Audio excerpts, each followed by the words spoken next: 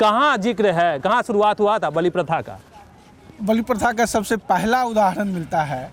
कि जब राजा दक्ष का वीरभद्र ने गर्दन काट दिए थे और महादेव जब वहाँ आए थे और फिर महादेव उनसे सारे लोग प्रार्थना की उनको जिंदा कीजिए, तो उस समय में रात में जो सबसे पहला जो यज्ञ पशु बलि जो पड़ा हुआ था छाग बलिदान का, और उसी का सिर उनको जोड़ के और उनको फिर जिंदा किया गया। ये सबसे पहला उदाहरण है कि जो भी वैदिक बोलते हैं, वैदिक धारा के जो लोग बोलते हैं जो यज्ञ में बलि प्रथा नहीं है, तो सबसे पहले आप उदाहरण, तो क्या आप वहाँ जाकर आप उस छाग को लेकर गए थे जिसका गर्दन काट के जोड़ा गया था दक्ष के सर पे, दक्ष के गर्दन पे, और दक्ष को जिंदा किया गया था। और इसीलिए हम आज महादेव पूजा में जो मामा मामा भ्रू बोलते हैं, वो क्यों बोलते हैं? सबसे पहला उदाहरण किसी भी वैदिक धारा में और तंत्र धारा में, मिथिलांचल सबसे पहले तंत्र धारा और लोक संस्कृति की धारा है तंत्र धारा। तंत्र धारा में बहुत कुछ हमारे सिर्फ आचार व्यवहार और क्रिया पर निहित होता है, जबकि उसका कोई बुक नहीं मिलेगा, कोई पुस्तक नहीं मिलेगा, लेकिन वो हमारे सनातन से सनातन के द्वारा और मुख के द्वारा एक मुख से दूसरे मुख में ट्रांसफर होते हुए ये चीज़ आया है। और हमारे घर में जो बलि प्रदान होता है, हमारे भगवती का जो बलि प्रदान होता है, वो भी एक उसी का हिस्सा। अच्छा, एक चीज बीच में इंटरप्ट करेंगे आपको। शैव परंपरा और जो वैश्य परंपरा है, दो परंपरा का जिक्र किया गया, और भगवान श्री राम भी जो थे,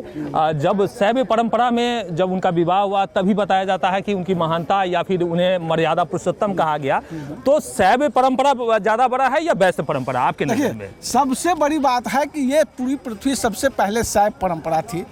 दूसरे चीज़ यहाँ आया वैष्णव परंपरा, और अगर आप सारे ग्रंथ उल्टा कर देखेंगे तो शैव परंपरा और वैष्णव परंपरा, विष्णु से वैष्णव परंपरा का हमेशा धींगा मुश्ती चलते रहा है, जिसका सबसे पहले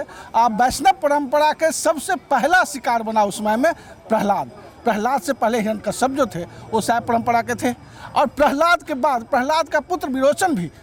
फिर बाद में शैव परंपरा में आ गए, और सिर्फ एक ही उनका पहला शिकार बना प्रहलाद, जिसे आज भी भजाया जाता है वैष्णवों के द्वारा। देखो प्रहलाद इतना बड़ा भक्त था, फिर बाद में बाली भी वैष्णव। तो शैव परंपरा में बलि की प्रधानता है। अगर शैव परंपरा में बलि की प्रधानता नहीं है तो हम जो नारायण बलि देते हैं, ये पंच बलि की जो हमारी व्यवस्था है, वो भी तो शैव परंपरा में भी है और वैष्णव परंपरा में भी है। और वैष्णव परंपरा की जितनी भी पूजा पाठ है वो सिर्फ पंचोपचार से है, पंचोपचार से ऊपर नहीं है। वैष्णव और शैव परंपरा की जितनी और तंत्र परंपरा की जितनी भी पूजा पाठ है वो दशोपचार और षोडशोपचार से होता है। आज भी वैष्णव परंपरा में जितनी भी विस्तृत पूजा का विधान है वो तंत्र पूजा और शैव पूजा से उठा करके उसमें चिपका। अच्छा, एक चीज और बता दीजिए, आदि गुरु शंकराचार्य और मंडन मिश्र का शास्त्रार्थ भी शैव और वैश्य की परंपरा के ऊपर में ही कुछ हुआ था, यहाँ पर वो क्या था? सबसे पहली बात, जो मिथिलांचल तंत्र की धरती रही है, और यहाँ हमेशा तंत्र और तंत्र का सबसे मुख्य भाग एक मीमांसा होता है, और स्कूल ऑफ मीमांसा मिथिलांचल को कहा जाता था। ये सबसे पहले वैष्णव परंपरा यहाँ पर लाने वाले जब शंकराचार्य आके यहाँ पर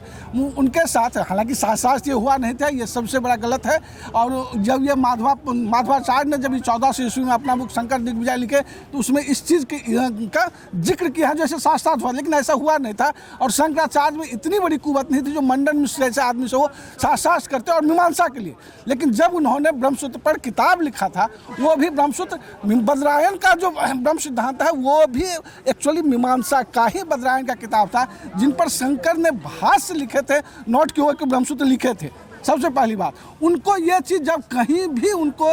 इनका प्रश्रय नहीं मिला या कोई भी उनके पुस्तक को मान्यता देने के लिए तैयार नहीं हुआ, वो तब तक जब तक आप स्कूल ऑफ मीमांसा यानी मिथिला में जाकर के उस समय में परम भट्ट विद्वान कुमारिल भट्ट उपस्थित थे यहाँ पर, और जब तक वो रिकमेंड नहीं करेंगे तब तक आपकी इस किताब को, यानी कि मान लिया जाए कि आदि गुरु शंकराचार्य भी मिथिलांचल को वैष्णव नहीं कर पाया। नहीं, वो उन्होंने उसी चीज़ का, और उसके बाद वो परंपरा फिर लाए वाचस्पत मिश्र के टाइम में, फिर अपनी थोड़ी सी प्रसार, लेकिन लोग वहाँ उनके बातों को मानने के लिए कोई तैयार नहीं हुआ। लेकिन 1400 में 1300 के आसपास जब जयदेव ने जब बंगाल में जब गौड़ीय संप्रदाय का बिहार अंधड़ उठा, उसके बाद जो लोग मिथिला के वहाँ रहते थे, बंगाल में रहते थे, जब नवन्याय का सिद्धांत यहाँ से नदिया जिला में गया और वहाँ से जब लोग वापस आए तो धीरे धीरे यहाँ वैष्णव की परंपरा, बाद में माधवाचार्य द्वारा शंकर दिग्विजय को लेकर शंकराचार्य की यहाँ पर व्यवस्था किया गया, तब जाके धीरे धीरे यहाँ वैष्णव परंपरा शुरू।